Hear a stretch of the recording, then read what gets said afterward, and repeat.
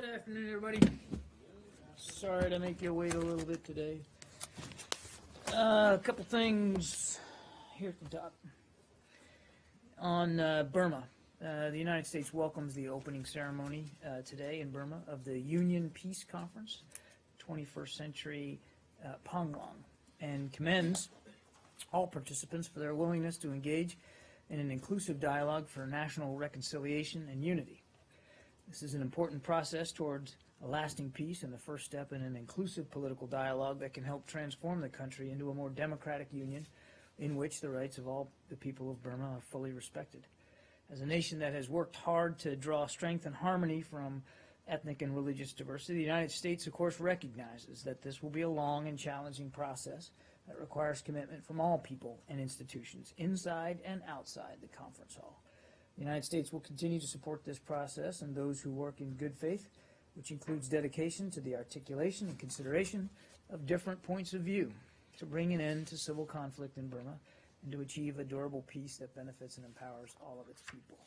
Just a schedule note, I think you realize now the Secretary is in New Delhi today as he concludes his participation in the U.S.-India Strategic and Commercial Dialogue. This morning he spoke to an audience of students, academics, business leaders, and journalists on U.S.-India relations at the Indian Institute of Technology, Delhi. His remarks were followed by a short Q&A with the students. He also met today with opposition party leaders and later at the American Embassy School, where he met with our embassy staff and family members. Finally, the Secretary met with Prime Minister Modi to discuss climate change and the next steps for implementation of the Paris Agreement, as well as the deepening partnership between our countries. I think you may have also seen from Mark Toner out there that the Secretary is extending his stay in New Delhi by a couple of days as he prepares to join the President for the G20 in China later this weekend. And with that, we'll go to questions. Does he have any official events in New Delhi over the next couple of days? His schedule over the next couple of days is still forming up, and as we have more detail, we'll certainly provide it to you. Well, why is he staying, I mean, if he doesn't have official events? I didn't say that he didn't have official events. His schedule's still forming up, and as we get more information about that, we'll certainly provide it to you. But he wanted to be able to attend the G20, and so it just made practical sense from a logistical perspective, particularly as we had to finalize arrangements for his ability to join the President to stay there in New Delhi while those arrangements were made. Your hand shot right up. Did you have another one? Yeah, I have okay, then I'll go to you. Mexico, as you're well aware, Republican presidential nominee Donald Trump is traveling to Mexico today. Did the U.S. State Department play any role in arranging or facilitating that trip? Did you provide any briefings to him prior to his trip? Will the embassy play any role in his visit there? The only contact between the campaign and U.S. officials there was within the Secret Service and security personnel there in Mexico City to arrange the appropriate security requirements. The U.S. Embassy was not asked to provide any support or briefings for the visit, and so there's no expectation that our ambassador or any embassy personnel are going to be participating in the visit in any way.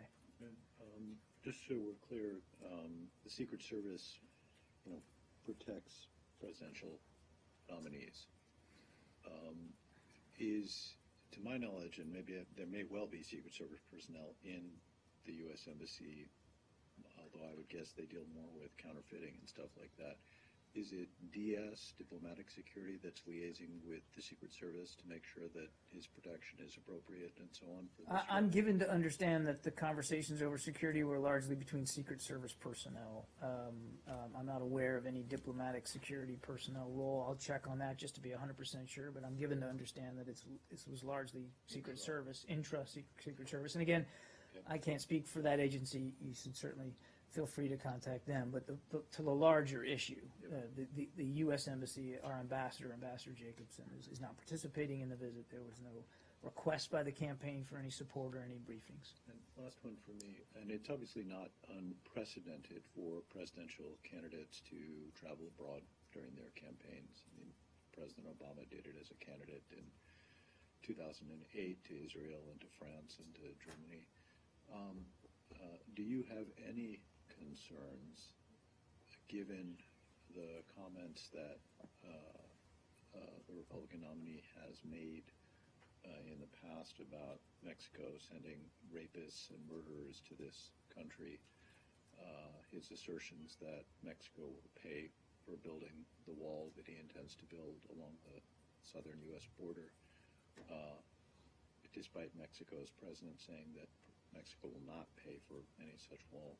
Do you have any concerns that such a visit can or would interfere in U.S.-Mexican bilateral relations? Well, I would answer that by saying a couple of things. First, our bilateral relations with Mexico are very strong and very healthy, and we look to continue that strong relationship. It's why the Secretary was so eager to get Ambassador Jacobson installed down there in Mexico City, and he believes that she's doing a terrific job. And so we look to that relationship continuing strong and strengthening. We believe that the relationship is strong enough to be able to weather comments that are made by candidates running for political office here in the United States, or frankly, candidates that are in elected office in Mexico and things that they might say. Our relationship is strong enough to weather those kinds of things. And so here at the State Department, our focus is on not just our bilateral relationship with Mexico, but our multilateral relationships across the hemisphere, to the north and to the south of us, and trying to make sure that we're staying engaged on issues that matter to all of us. And migration is but one of those. It's an important one, but it's but one of those. And so is counterterrorism. So are the concerns caused by narco trafficking. I mean, there are plenty of things for us to stay engaged with and to have dialogue with, meaningful dialogue with leaders across the Western Hemisphere. Sorry, one more on this. I realize you said that the embassy was not asked to provide any briefings or other assistance other than the intra-Secret Service dialogue, and you said you would check, I think, on whether DS had anything to do with that. Yeah, in fact, we can do that before the end of the briefing. Yeah. Maybe we get an answer before the end of the briefing. Other than that, can you state that nobody from the U.S. Embassy, not the ambassador, is going to be involved in this visit? I mean, given that one could construe this as a campaign-related event, I'm guessing that they may be barred from taking part anyway, but that basically not the ambassador, nobody else other than Secret Service is going to be involved in this event. I'm not aware of any participation by embassy personnel from the ambassador on down in this visit. Yeah, let's stay on. I'm assuming we'll stay on this, the Mexico visit. Yeah, we'll stay on that, and then I'll go to you. I promise. Go. So you said that that the U.S.-Mexico relationship is strong enough to weather comments by U.S. presidential candidates. I said comments by any elected officials, By any either elected here officials. or there, So you're not saying or people running for elected office. I think Sure. is how I said it. putting it that way kind of makes it sound like such comments are, kind of a nuisance or some kind of problem for relations. But is that what you meant to imply? No, I didn't say that. If I wanted to say nuisance, I'd have said nuisance. I said it's a relationship that's strong enough to weather the comments and rhetoric that you often hear on on political campaigns. And as you know, I've made it a stringent practice not to engage in a debate from this podium with anything that's said by any of the candidates in this election or any other election. That's not our focus, and we're not going to engage in the politics. We are engaged in the policies, the foreign policy agenda that this administration is pursuing in the hemisphere. Okay. It's just that saying it has to be weathered implies that it's some kind of problem, but that's not what you meant. No, I mean, I wasn't troubled by my use of the verb weathered, but I mean, I just wanted to because clarify. I was simply trying to convey, look, we're not we're not ignorant here. I mean, I read the coverage just like you guys do. I mean, we see the comments that are made, and as I've said many times from this podium, and the Secretary has said himself, foreign leaders around the world do frequently ask the Secretary about some of the comments that are made by candidates in this election. That's not of surprise, and some of those comments concern them. Some of them concern them quite deeply, and so when I used the word weather, it was to express the fact that some comments made on the political campaign trail do cause our allies, our partners, and our friends around the world concern. And those are concerns that are expressed to us because we're the ones out there visiting them, talking to them, engaging with them on a wide range of issues. So I'm okay with the way I use the word weathered. Thank you for clarifying. And then just last one. Is it typical of visits like this for the contact to be purely focused on security? In previous visits by major candidates for president to other countries, have U.S. embassies in those countries played more roles in terms of, I don't know, participating in the visit, or is it usually just focused on security? I can't speak for every past foreign visit by a candidate for office, but there are some basic guidelines, and Arshad sort of alluded to this in his question, which I think I have here somewhere. Hang on a second. Here we go. Nope, that's not it.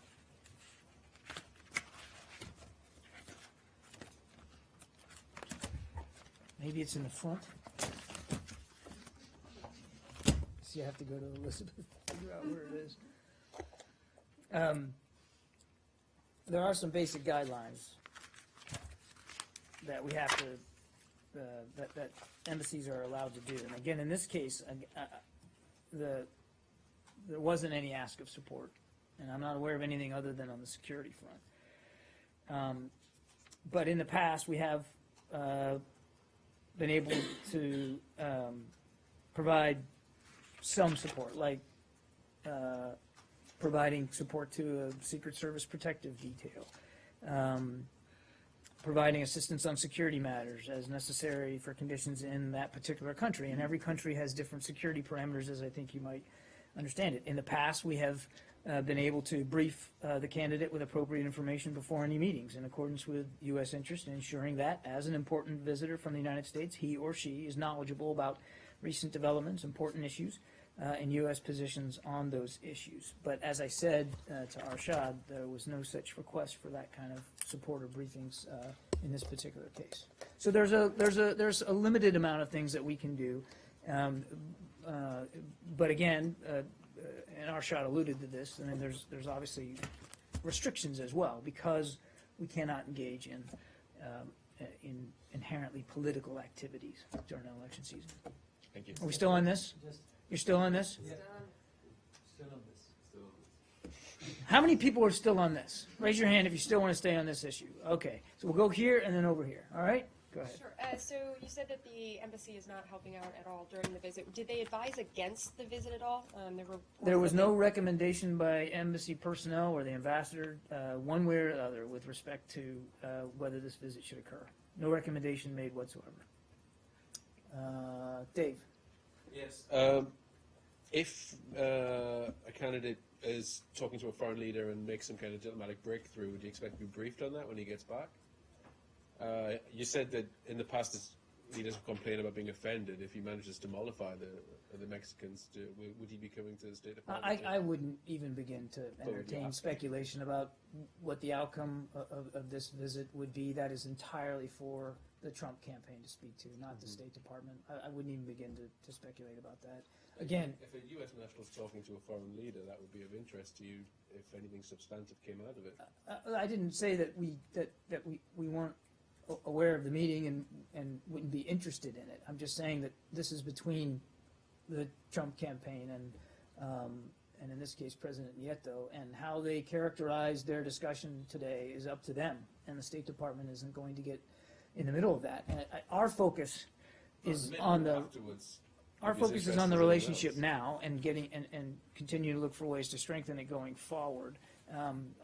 We're not going to get into any kind of speculation or conjecture about what may be discussed or what the impact of what may be discussed going forward. That is for these two gentlemen to discuss. And on this visit, you didn't receive any prior requests for assistance. Have you, from any of the candidates, received any requests for future trips? I'm not aware of any, and I'm not That aware would of be any. up to the campaigns to announce. Yeah, that would all be for campaigns to speak to, but I'm not aware of any. No. Not of the request, when did you learn of the visit? I don't know exactly when the embassy was informed. I'll have to take that question. I don't know. You talked a lot about before, what is happening before the trip, and you just alluded to what will happen after the trip. What about No. I did not allude to what's going to happen to the trip. Dave did. Okay.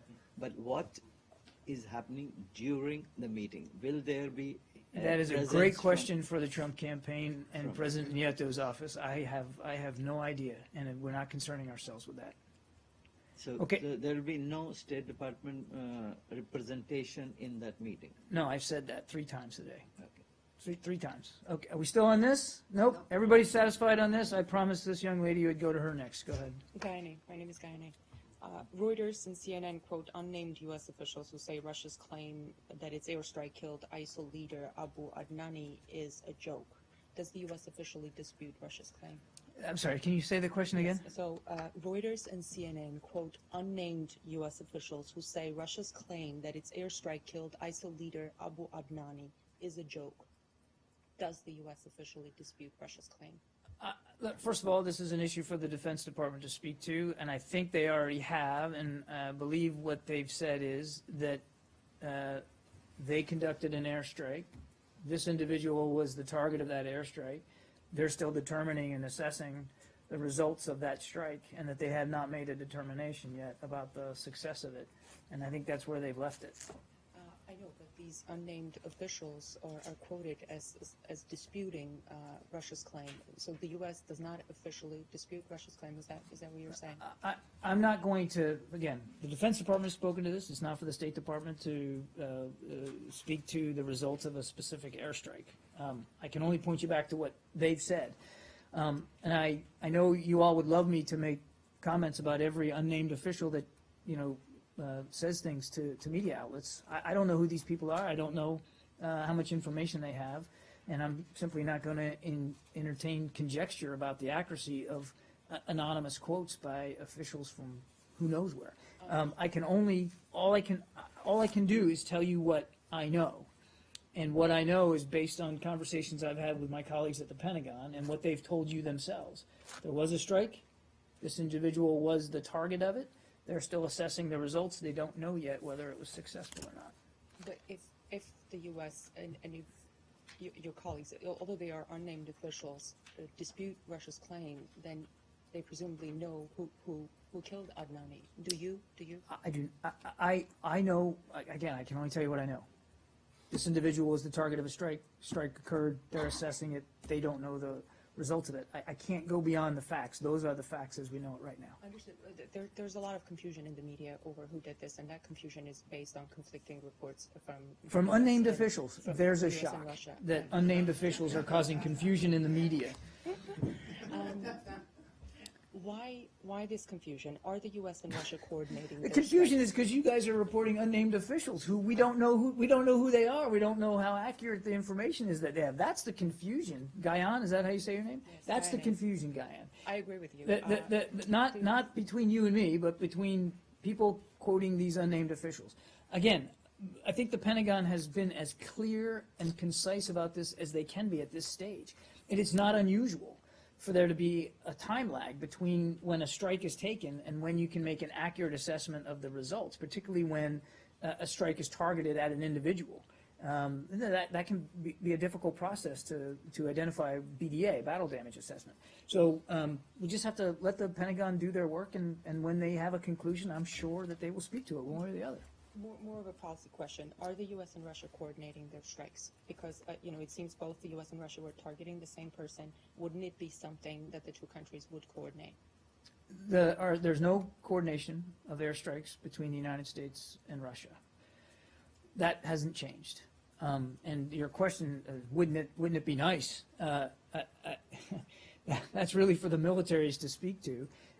What I can tell you the Secretary's focused on, and today our two technical teams have resumed work in Geneva, and the Secretary is very intently focused on that effort, which, as you know from the press conference last week with Foreign Minister Lavrov, both he and Secretary Kerry made progress with trying to solidify proposals that would allow us to get an enduring cessation of hostilities across the country, which would keep the regime from violating that cessation by killing their own people and going after opposition groups and trying to reclaim territory, as well as providing for better mechanisms for the United States and for Russia to share information about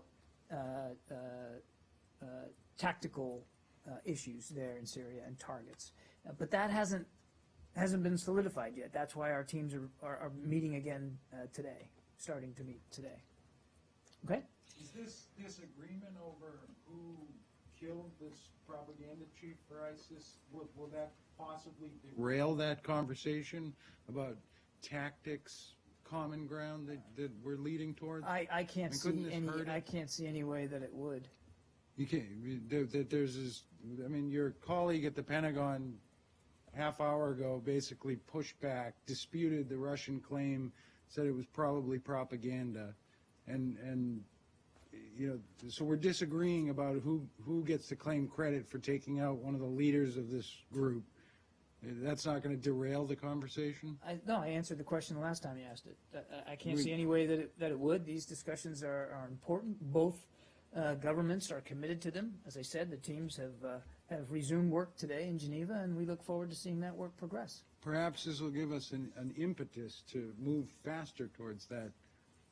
Faster towards what? Toward sharing information on tactics and targets. Well, I think everybody shares the impetus to getting there, but based on the terrible imagery you saw coming out of Syria a week or so ago with that young boy, and then the images that followed later about what's happening in Aleppo, I think there, as the Secretary spoke to, a real sense of urgency here about the violence and the bloodshed and the need to stop it. That's the impetus. That's the impetus for getting these two teams back together again in Geneva. Huh? We're talking about whether or not the Americans and the Russians are coordinating their kinetic attacks on the Islamic State. They are not coordinating, as I said. And would an incident like this, or a disagreement over who actually killed a top leader, if you're asking, would that lead to possibly moving faster towards agreeing? There's already enough sense of urgency to get these technicalities worked out and to have these discussions and to try to reach an agreement. And that's what's driving us forward. It's the need to end the bloodshed. It's not these news claims one way or another about who killed this particular terrorist and whether or not he's dead. In fact, I mean, I've seen no confirmation that he is. So I find the whole thing, the whole kerfluffle, rather quizzical, given that we were talking about the potential of a very dangerous individual now being removed from the fight, and hopefully the earth. And we still have a very significant diplomatic effort going on now in Geneva to try to more solidify a process by which the United States and Russia can begin to cooperate more effectively inside Syria against groups like Nusra and groups like Daesh. Thank you. Okay? Are you also not deconflicting? I think the work of deconfliction is still ongoing. I think the Pentagon spoke to that, but I'm not an expert on what that entails. Yeah. TV Globo, Brazilian television. I would like to ask you about any reaction of the U.S. government to the decision of the Senate in Brazil today. Oh, I just turned over to Brazil. All right, we'll stay on Syria, because I know where this answer actually is. No. No. What? Can we can stay you in wait? Brazil and then you Yeah, go 'cause back to we'll Syria? We'll stay in the region, and then I promise I'll come back to you. I know where the answer is to your question. Unlike Mexico. I'll ask quickly so it's not you don't put your hand, but Turkish officials said today that there was no ceasefire between Turkish and YPG forces in Syria. That was ostensibly rebutting a U.S. claim from yesterday. So my question, what is the situation in terms of Turkey versus the YPG forces? Is that conflict still ongoing? What exactly did their comment refute from yesterday? Yesterday, a U.S. official... Oh, another unnamed official. No. It was a spokesman for Operation Inherent Resolve. Said that there was a ceasefire. He said, he said there was an agreement. Okay. But look, And then today, the Turkey's Minister for European Union Affairs said that that was not true. There was no agreement or ceasefire. And so my question was, what is the situation? What has the U.S. been doing to try and end the fighting between these two allies? I think it's exactly the way I described it yesterday. We're still seeing calm between the two sides, and we welcome that. We want to see that continue. As I said yesterday, we are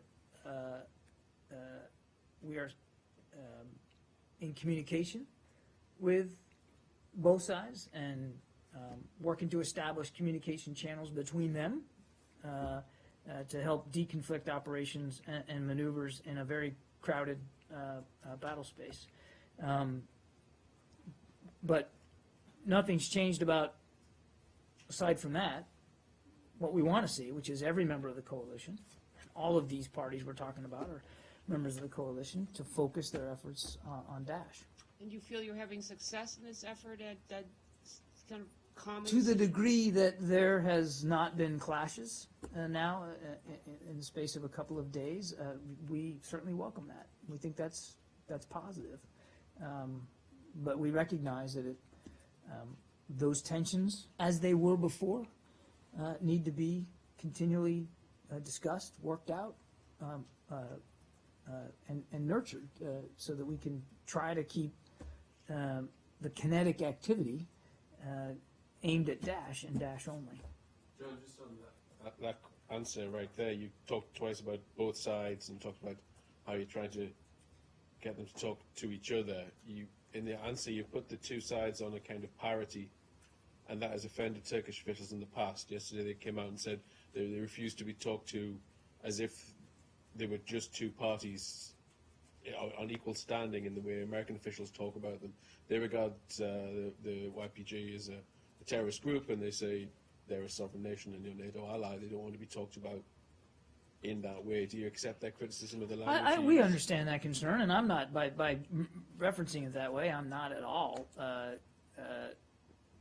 equating the YPG with the sovereign nation of Turkey, who, as you noted, is a full member of NATO and as a sovereign state, as a state, a member of the coalition. Obviously, that that is a significance that we certainly recognize. I was simply using terms and words to reflect the fact that we've got two sides here that were, as of a few days ago, actively shooting at one another instead of coordinating their activities and shooting at Daesh. That's all. But absolutely, we recognize that Turkey is a sovereign state. Are we on this? Still on this? Do you have any information about a U.S. citizen who was arrested in Turkey? Who was arrested in Turkey?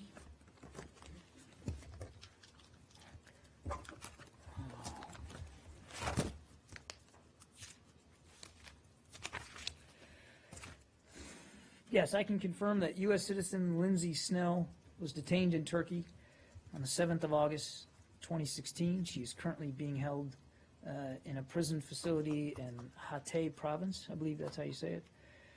Consular officers from the consulate in Adana visited Ms. Snell most recently on the 26th of this month and are providing all possible consular assistance. The embassy and the department are following this case closely. State Department officials have been in contact with Turkish government officials regarding this case. Lindsay, Lindsey, Snell, Snell. Did you have more? Yeah, was the arrest at all related to her profession as a journalist, or in any way associated with that? What we understand is that she has been charged with violating a military zone, but I can't speak to her reasons for being in Syria, for traveling there. I can't speak to that. What I can tell you is that we've been informed she was charged with violating a military zone. She entered a military zone that she wasn't supposed to? Or? That would be my interpretation of that, Arshad, but that's a better question for Turkish authorities since they're the ones that issued the charges. Did you say she was arrested in Syria and is held in Turkey? I'm sorry, I just didn't hear the details exactly. She was arrested, detained in Turkey. Okay. And has been charged with violating a military zone. I thought the word Syria came out of your mouth, and I just wanted to make sure there wasn't. Yes, I did. As I understand it, she journeyed to Turkey from Syria, and my answer was I couldn't speak for why she was in Syria in the first place. The question was she doing the business of journalism, and I don't know. Thank you. Okay. Yeah, go ahead. On North Korea, and President Obama recently mentioned on NFU no first use of nuclear. But the North Korean Kim Jong-un continued to threat North Korea use nuclear preemptive attack United States. What is your comment? I'd say what I've said before. It's long past time for the North to stop these provocations, to abide by their international obligations, do right by the people of North Korea, and cease the pursuit of advanced ballistic missile activity and nuclear capabilities. It's doing nothing to provide security and stability to the peninsula, and doing nothing to enhance security and stability in the region writ large. But one follow-up again. We know the United States is strong support for safety and security of U.S. allies in South Korea with the nuclear umbrella. But this wrong signal may send misconcept message to North Korean Kim Jong-un. I mean, it's no first use. Well, I've seen some press reporting about this alleged policy shift, and I have nothing for you on that, and that's, What about the North Korea using first? I mean, first using nuclear weapons, but still U.S. cannot use this. I'm not sure I understand your question. Little confused. North Korea perhaps having a first use of nuclear weapons policy. About North Korea having a first use. Yes. Well, I think my answer to that would be exactly the same, Jenny. We've seen the bellicose rhetoric. We take that seriously. We have to take that seriously based on the actions that we've seen coming out of the North, which is why we are going to remain just as committed as we always have been to our alliance with the Republic of Korea. It's why there are discussions about the potential deployment of a THAAD system there. And it's why we're going to continue to exercise and operate with defense forces from the Republic of Korea to make sure that we have the capabilities ready at all times to protect the people of South Korea. This kind of these kinds of comments and the kinds of activities that the regime in the North have conducted are all the more reason why we're going to stay committed to our alliance requirements. But this suggestion, Obama's suggestion, but that Secretary of Kerry and Defense Secretary Carter didn't accept his suggestion. I'm not going to talk about rumors and interagency discussions one way or another. The United States has serious security commitments on the Korean Peninsula, and we're going to continue to meet them. Period. Wait, this gentleman has been waiting for a long time. Let me go to you on Brazil. Go ahead.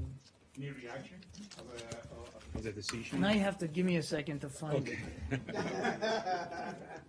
Reactions here, I just have to get to it. Look, we've seen reports that the Brazilian Senate, in accordance with Brazil's constitutional framework, has voted to remove President Rousseff from office. We're confident that we will continue the strong bilateral relationship that exists between our two countries as the two largest democracies and economies in the hemisphere. Brazil and the United States are committed partners. We cooperate with Brazil to address issues of mutual interest in the 21st century's most pressing global challenges. We plan to continue this very essential collaboration.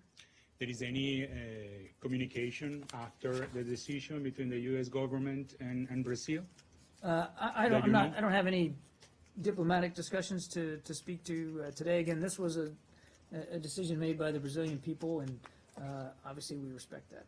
Do you know if now that President Temer and President Obama are in the G20, if they going to have any bilateral meeting? Do you have any request from the Brazilians to do that? You'd have to consult my colleagues at the White House for the president's discussions at the G20. That's not for us to speak to. Finally, the last question, do you know if there is any arrangement for President Temer to come and visit President Obama in the next month? Again, I'd have to ask you to consult my White House colleagues. I'm not aware of any, and it wouldn't be for us to speak to the travel schedule of another foreign leader anyway.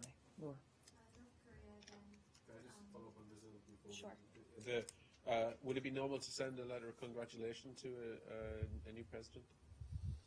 Temer has been apparently has been you noted President Rousseff has been moved out, but I understand new President Temer has been officially nominated. Would it be normal to congratulate It's him? not uncommon for us to congratulate Are you aware that new that's leaders. happening? I'm not aware of any correspondence at this time, Dave. Any concerns?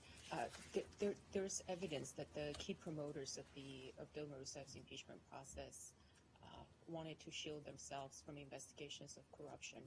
Was that of any concern to the U.S.? I would say two things. This is an internal Brazilian matter, and I think I would refer you to Brazilian authorities for more information about those concerns raised. What I would say is we believe that Brazil's democratic institutions have acted within its constitutional framework.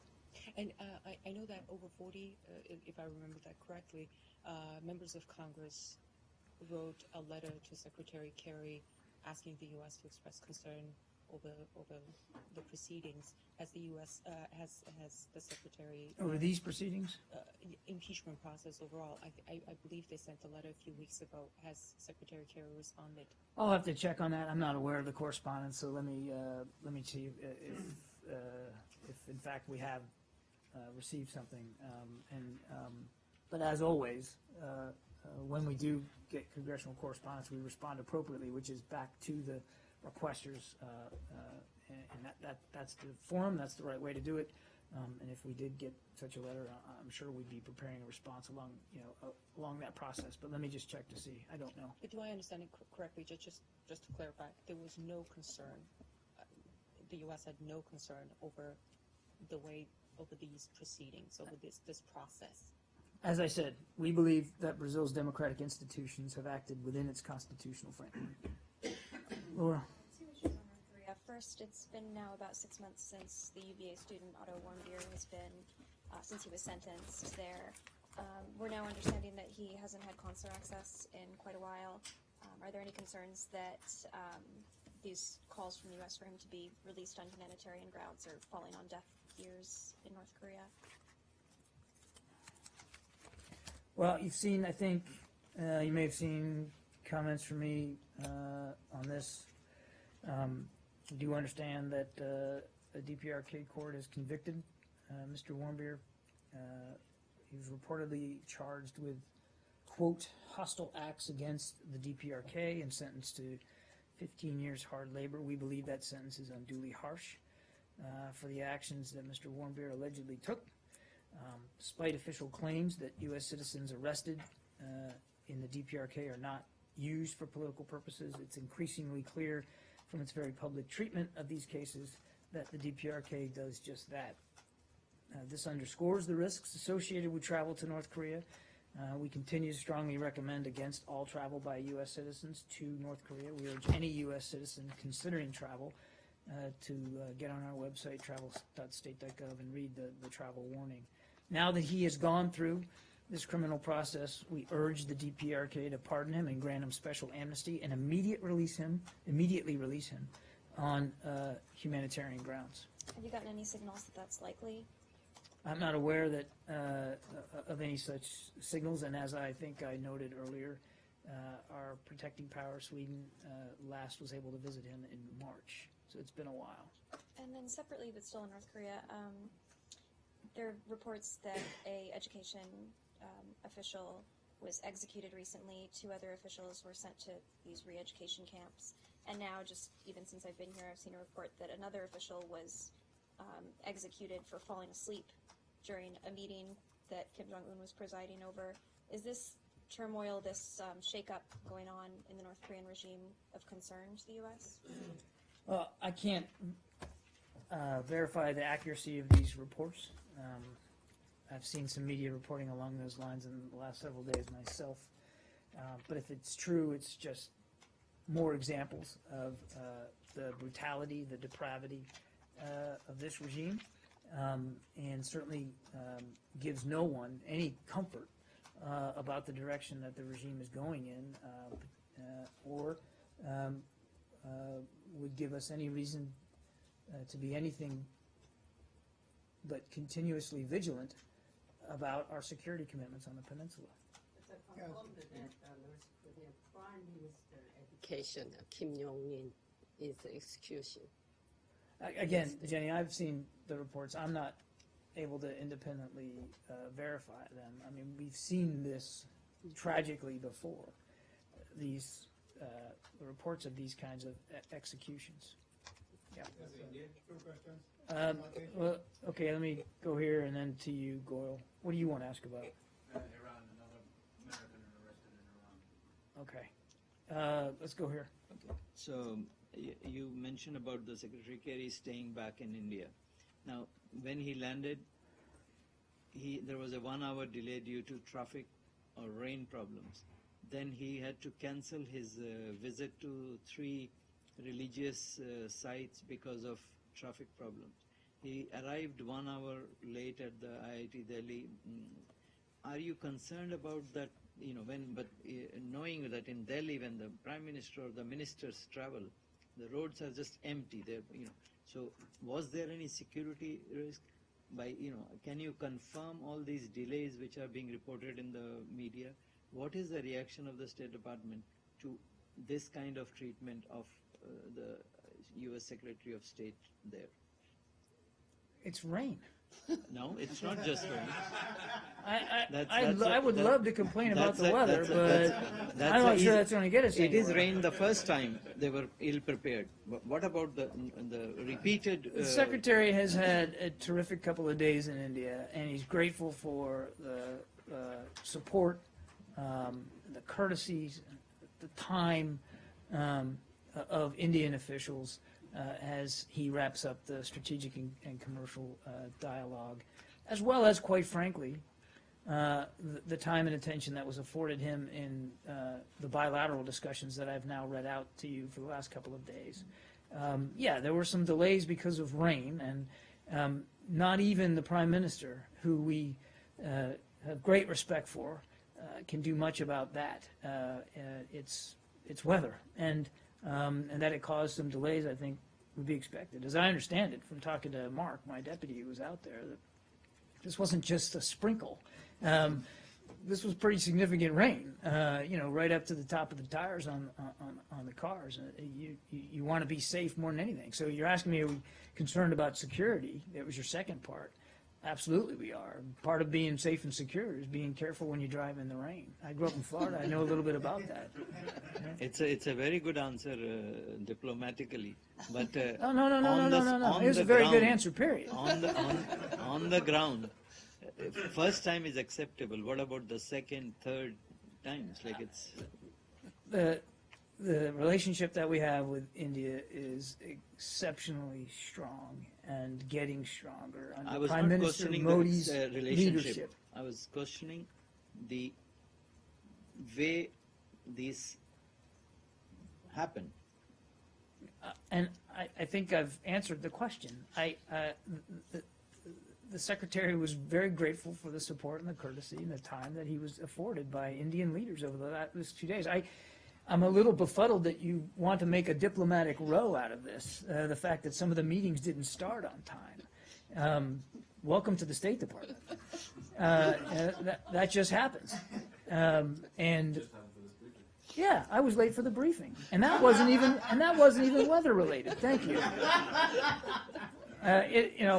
Look, it's been a great couple of days, and as I said, and we've been very open about the progress. You've seen his remarks, his public comments and remarks, and he was very glad to be able to be in New Delhi and to have these discussions, and we look forward to continuing that deep relationship going forward. Huh? You again? No, not you, him. Yeah, me again. On this same issue? No, different issue. Okay, well, let's stay on India and South Asia for a while. Thank you. As far as your relationship between the U.S. and India is concerned, my question is that so many agreements and meetings and greetings took place in Washington and also in Delhi. My question is that because of this relationship, special relationship on security and economics and commercial and strategic and defense, but at least China and Pakistan across the border are not very happy, and they're opposing all these special relationship and agreement between U.S. and India. Anything that where we go from here because of their opposition? Well, look, it's hard to get too specific on the answer there, Goel, because I don't know what agreements you're talking about that are causing angst by Pakistan or China. But, broadly speaking, we've said this before. I kind of dealt with it a little bit yesterday with a question about whether or not President Putin was going to go to Japan. We don't view relations with other countries as zero-sum games. I can't speak for why one sovereign nation or another might have a concern about a bilateral relationship that we are working to advance and improve. All I can tell you is that those relationships are important, and the United States remains globally engaged on a scale that no other nation in the world is. The Secretary is committed to staying engaged as much as possible, and there should be no reason why, in this particular case, that any other nation should view the deepening and strengthening of our relationship with India as a threat or a challenge. This is a relationship that's decades and decades old, and we expect that it will remain strong, going forward decades and decades to come. There's no reason to view it as a threat or a challenge. Maybe one more quickly on the region. As far as G20 in China is concerned, many nations in the region are feared that China is building some fear for some smaller nations in the region. But as far as G20 is concerned, and some of the nations will be in G20, including India, what do you think, how serious is this Chinese fear in the South China Sea and the G20 meetings they are hosting? I'm not sure I understand the question. how the G20 leaders will take this China's fear in the South Asia Sea. China's fear in the South China Sea? Building up against the smaller nations in the region. Well, look, I'm not going to get ahead of the G20 agenda, but obviously when we are engaging, particularly partners in the East Asia Pacific region, and I can't speak for other nations, just for us, the tensions in the South China Sea routinely come up. And I wouldn't be the least bit surprised that those tensions are discussed over the course of the G20 summit. But nothing has changed about our views here. We're not taking a position on individual claims. We do take a position on coercion.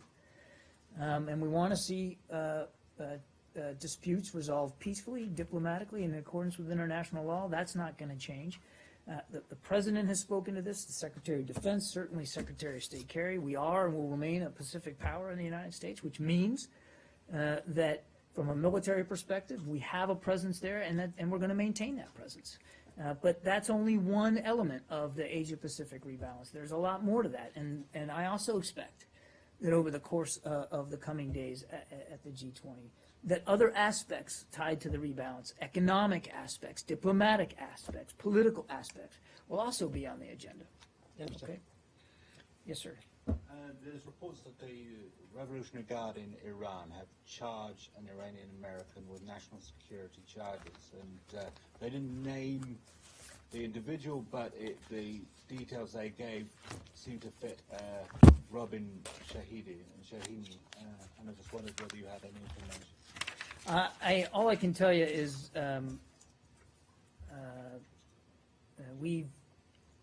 safety and security of U.S. citizens remains obviously our top priority.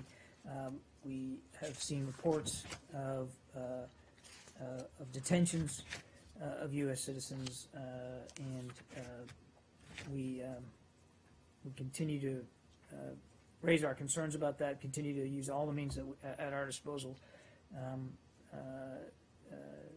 to advocate for their release. I just can't go into any more detail than that. Okay.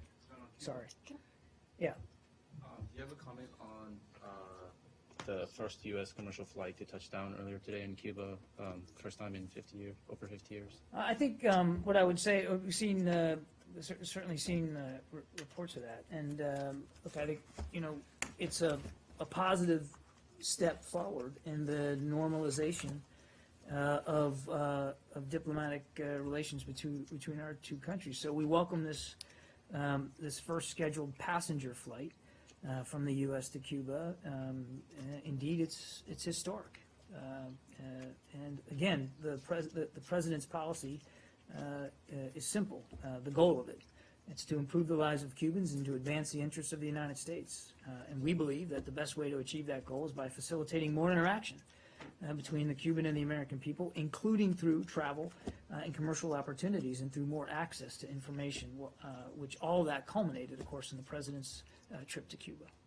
Yes? Subject to the emails yesterday, do you know how many of the Secretary Clinton's emails were about the 2012 incident in Benghazi, and do any of those contain classified information?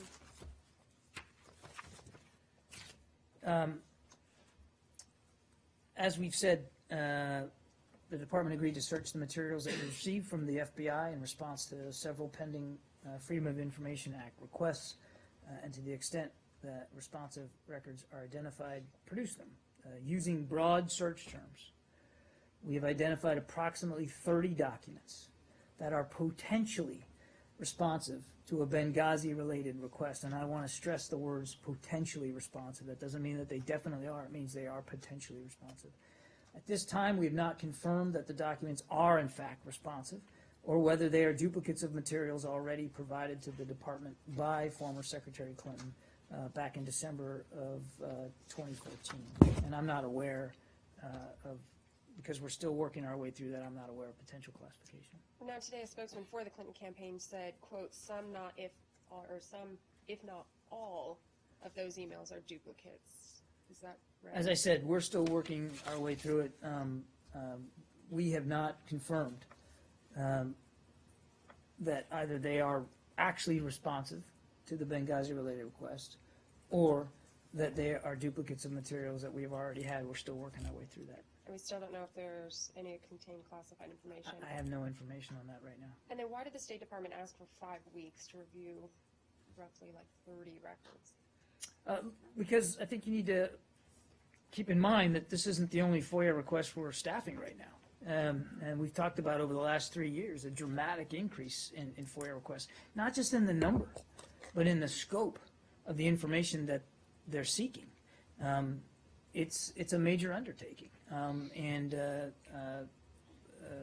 FOIA staff is working as hard as they can, but to prepare even one document for release through FOIA, it requires work and it requires effort. We have a responsibility to be responsive. We also have a responsibility to protect sensitive information before it's released to the public. So I'm not going to speak to the specific filing here. You talked about the timeline. What I can tell you is that you have to understand that this is but one of many, many FOIA requests that we're staffing, and very few of these FOIA requests that we see are simple and direct and asking for very discrete information. They're often asking for lots of information over a long period of time, and that takes effort.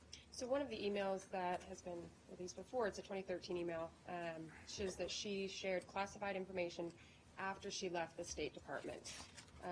Is that appropriate? Is there any sort of administrative action? I believe your office should. Yeah, so I would say a couple of things to that. We are responsible through FOIA of preparing documents for release today. And we're not in that process. We're not concerning ourselves whether it was classified at the time. So I want to just get that off the table. So our job is to prepare them for release today. And sometimes that does mean making redactions, and some of those redactions go along with and are tied to security upgrades. And the reason why this document is included was, even though it was, I can't speak for the reason it was sent post her time at the State Department. That's really for her and her staff to speak to, but it was, as I understand it, sent to people who were here still working at the State Department, which means then that we possess that as a record. And therefore, under the Freedom of Information Act request in this particular case, we're responsible for being responsive to that request, responsible for preparing it for release, and so we did that. Okay, is there any, but is that unusual for her to be emailing about classified information after she's left the post? Well, again, I can't speak for former Secretary Clinton's email practices after she left her post as Secretary of State. Is it unusual for prior Secretaries of State to communicate with current staff, particularly in not long after they've left? Absolutely, that's not unusual at all. And then your question about classification, I just want to be clear. This information was redacted for release according to the Freedom of Information Act, which is our responsibility. And it was classified at the confidential level, which, as you know, is the lowest level of security classification. I'm not going to speak to the content, but I would point to you that one of the FOIA exemptions here that we used was 1.4b, which is foreign government information. And as we previously explained, while foreign government information may be protected from public release, both the Executive Order on Classification and the Foreign Affairs Manual acknowledge that foreign government information often can be maintained on unclassified systems, and yet we have a proscription to, in order to release a document that contains foreign government information, it has to be redacted. And right now, the rules that we're operating under require that redaction be accompanied with a confidential classification. I'm not, again, speaking to the specific content, but I just wanted to make clear because you'll see on the document that the exemption was 1.4b, and that's foreign government information, and there are some limits in terms of how we can treat that when we prepare it for redaction. Does that make sense to you? Okay. I know it's a fairly complicated process. Let me try and understand that right. Are you saying that under your current rules, all foreign government information must be not just redacted, but redacted and classified as confidential? It's not what I said, Arshad. No, I'll read I'm it just again. trying to understand it. No, you don't have to read it again. Just help me understand it. It doesn't. It may be, while foreign government information may be protected from public release, according to the executive order and the Foreign Affairs Manual, it can be maintained on unclassified systems. Yeah, I get so that. I got that. So when we decide that foreign government information being asked for in a FOIA request needs to be redacted, we have to redact it. But according to the rules that we are under now, it's redacted with a confidential classification marking. That's the rules. We've asked for an exemption to that, and we don't have it.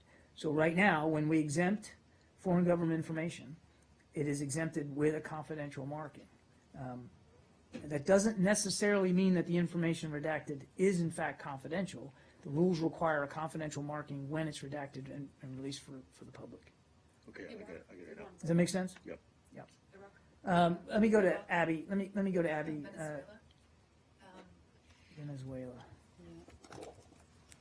Do Okay. you have any information regarding reports that several journalists attempting to go into Venezuela to cover the upcoming anti-Maduro rally were turned away at the airport?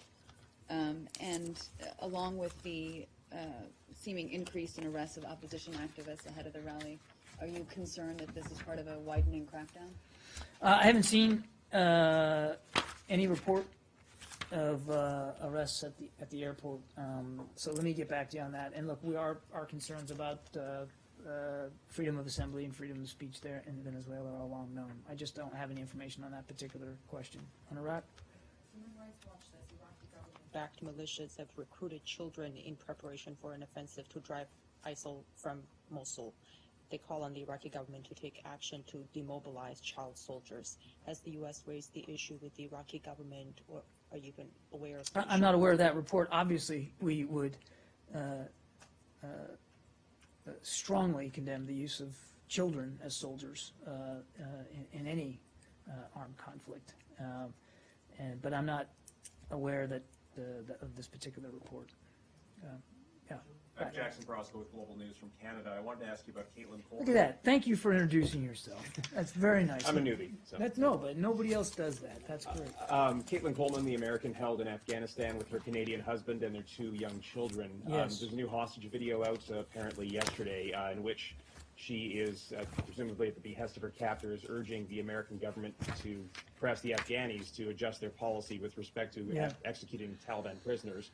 Just wondering what actions are being taken to secure their release. Is the U.S. taking the lead? Is Canada taking the lead? Well, I can't. Here, let me do it this way. And I talked about this a little bit yesterday. We're certainly aware of reports of this video featuring U.S. hostage Caitlin Coleman and her husband Joshua Boyle. We're aware that video has been released. As I understand it, that video is still being examined, and I don't have an update for you on it. We obviously remain concerned about the welfare of Caitlin and her family, and we continue to urge their immediate release on humanitarian grounds. We are regularly engaged with the governments of Afghanistan and Pakistan at the highest levels to emphasize our commitment to seeing our citizens return safely to their families. We are going to continue to work aggressively, as we have in the past, to bring all U.S. citizens held hostage overseas home. Okay. You specifically stand in that answer. Do you suspect the group holding them are linked to the Pakistanis? We have said that before that that we believe that they are somewhere in the Afghanistan-Pakistan region. Hey, I got a couple of quick ones. If you can Do them, they're all substantive. Are One they going to is- require me to keep flipping back and forth They all are, over this? and that's why you work out every morning, so you have the strength. Can we do it in alphabetical order so that I can just go through the book that way? Well, then we'd have to do it in State Department alphabetical order by bureau. By bureau. Right? Let's do that. Okay, for 400. All three are within NEA. All right, wait, give me a second. Let me get to Okay. the NEA tab. All right, I'm there. The first one concerns Israel and the Palestinian territories. Okay, give me a second. All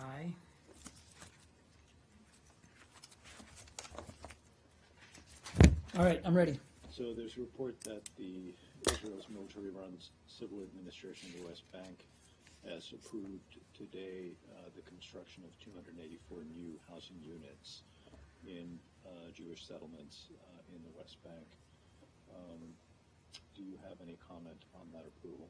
I can give you the names of the settlements if you need them. I do actually have comment. We're deeply concerned by the government's announcement to advance plans for these settlement units in the West Bank. Since the Quartet report came out, we have seen a very significant acceleration of Israeli settlement activity that runs directly counter to the conclusions of the report. So far this year, Israel has promoted plans for over 2,500 units, including over 700 units retroactively approved in the West Bank. We are particularly troubled by the policy of retroactively approving unauthorized settlement units and outposts that are themselves illegal under Israeli law. These policies have effectively given the Israeli governments a green light for the pervasive advancement of settlement activity in a new and potentially unlimited way. This significant expansion of the settlement enterprise poses a very serious and growing threat to the viability of the two-state solution. Can you read that one sentence again, the final one about the in a potentially unlimited way? Yes. These policies have effectively given the Israeli government a green light for the pervasive advancement of settlement activity in a new and potentially unlimited way. Second, Syria, there are reports of 3 American citizens who have been killed in Syria, apparently while fighting with British forces. What can you tell us about those 3 men? I had to go back to the American Citizens tab because I don't have them in my Nearest Asia tab. I can't answer for that. We've been working to help facilitate the return of the reported remains of private U.S. citizens killed in Syria.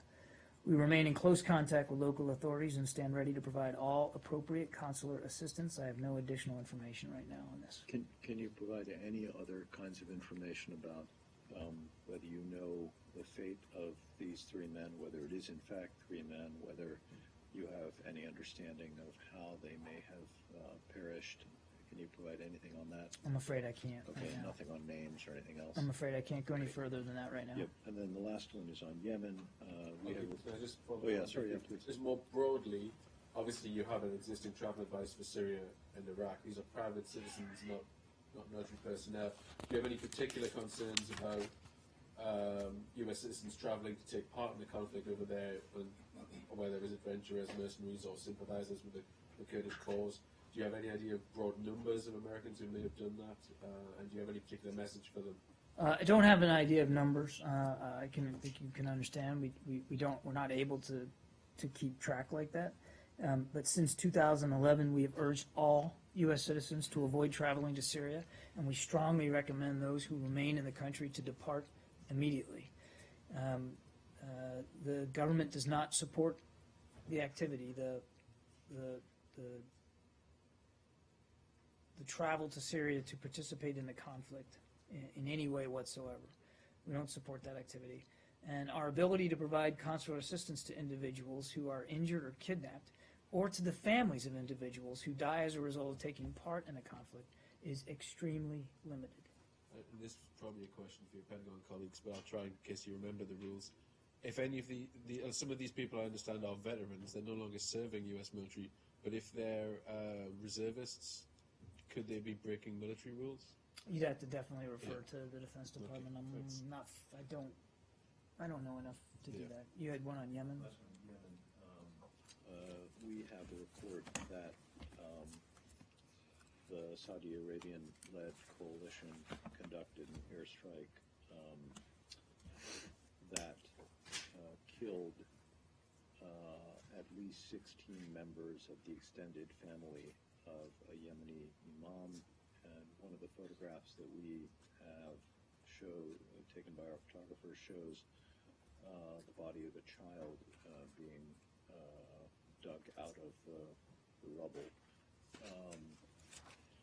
You've often spoken about the need for all sides to avoid civilian casualties in Yemen. Do you have any information on this particular incident, and have you raised it with the Saudis or others? Well, we've seen reports of the strike, and we express our deepest condolences to the families of the victims. As the Secretary made clear when we were in Jeddah just last week, attacks that kill and injure civilians actively undermine the attempts to peacefully resolve Yemen's challenges.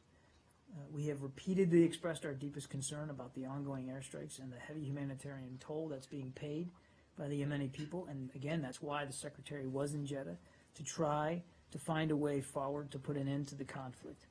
We are continue to urge all sides to return to a cessation of hostilities, which can create the conditions necessary for a return to peace talks, and that's really the way we think this is going to get resolved. And have you raised this particular incident with the Saudi government or with other members of the coalition?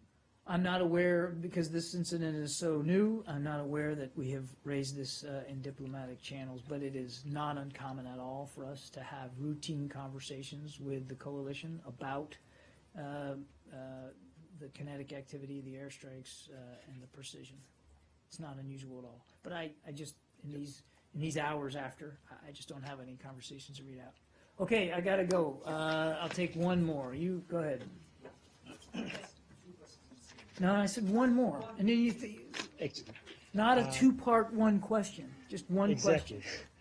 question. I mean, the U.S. says that, I mean, PYD forces have been withdrawing to the east of Euphrates River. However, Turkey, I mean, says that there are not enough evidences to confirm that. I mean, it seems there are two different claims on that issue. I mean, PYD forces have been withdrawing or not. I think General Votel spoke to this. I'm going to be wary of speaking to operational maneuver. That's not our role here.